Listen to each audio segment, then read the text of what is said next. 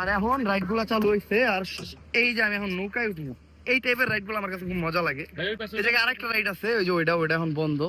ওইটা নাকি বড় করে ওই পাশে একটা বানাইতেছে, মানে উপরের দিকে ফালাই দেয়। এই টাইপের ভয়ঙ্কর রাইড গুলো ভালো লাগে ভাই। বাংলাদেশে এমন কোনো পার্কই নাই যে পার্কে যাই একটু ভয় টয় পাবো। এর লাগে আমার শখ হইলো আমি যদি জীবনে কোনোদিন ডিজনিল্যান্ডে যাইতে পারি, ডিজনিল্যান্ডে গেলে ভাই রোলার কোস্টার, তারপরে ওই যে মানে এমন এমন রাইড এক্সপিরিয়েন্স নিবো যেগুলো আর কি ম্যানদের জন্য ভাই। আমরা তো শিশু না, আমরা হলো ম্যান। তো আমাদের রাইড রানিং হয়ে গেছে, আর আমার মনে হয় আমার এটাতে ভয়ের মতো কিছু হইব না, কারণ আমি নেপালে যে চড়ছিলাম ভাই, ওইটাতে আমার কাছে সেই লাগছিল। এই এটাও তো মেলা উপরে উঠে, আরো উপরে উঠবে, আরো আরো ধরার তো কিছু নাই, এটা পরে উঠলাম নাকি?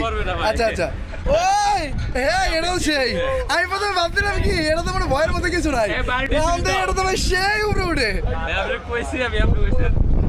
ভাই সাব এটা তো জোস, এটা তো ছুটবো না না?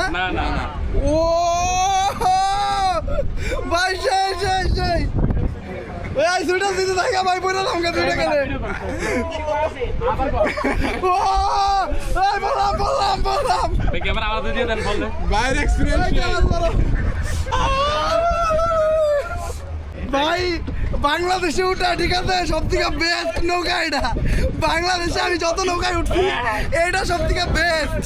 মানে আমি বাংলাদেশে এরকম কিছুতে উঠি নাই এর আগে। এরকম একটাতে উঠছিলাম, সেটা হলো নেপাল জায়গা। তারপর আমি এত উপরে বই না, এটাতে আমি যতটুকু উপরে বইছি, বাট এটা পুরোপুরি জোস। আমার মনে হইতেছে কি আমি উল্টা পড়ে যাবো গা। আমাকে ওই পাশে তারা আছে ভাই, অবস্থা পুরোপুরি খারাপ।